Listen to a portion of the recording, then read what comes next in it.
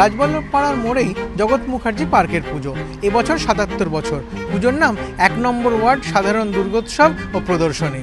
এবছরের মণ্ডপে আমরা দেখতে পাচ্ছি প্রচুর সুন্দর সুন্দর মডেল তৈরি হয়েছে, মূলত থার্মোকলের ওপর মডেল তৈরি হয়েছে। কি কি থাকছে কথা বলবো উদ্যোক্তাদের সঙ্গে। কি কি থাকছে এবারে আমাদের থিম মহাবালিপুরম।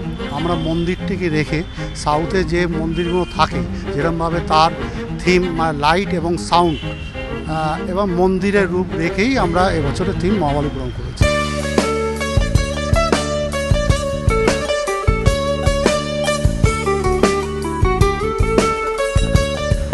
মহাবালিপুরমের মন্দির, আর তার জন্যই বিভিন্ন ধরনের মডেল তৈরি করা হয়েছে। আমরা দেখতে পাচ্ছি সেখানে দক্ষিণ ভারতীয় যে স্থাপত্য কলা তার স্পষ্ট প্রভাব রয়েছে, যেরকমভাবে আমরা বিভিন্ন ধরনের এই ধরনের মডেল দেখতে পাচ্ছি।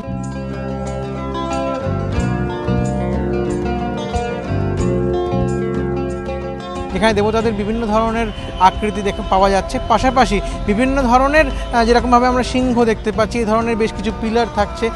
সব মিলিয়ে গোটা মণ্ডপ সেজে উঠছে মহাবালিপুরমের ধাঁচে।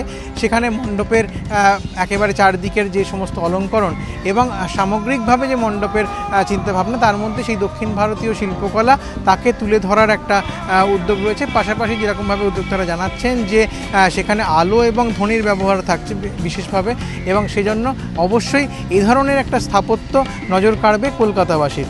চঞ্চল মিত্র, এবিপি আনন্দ, কলকাতা।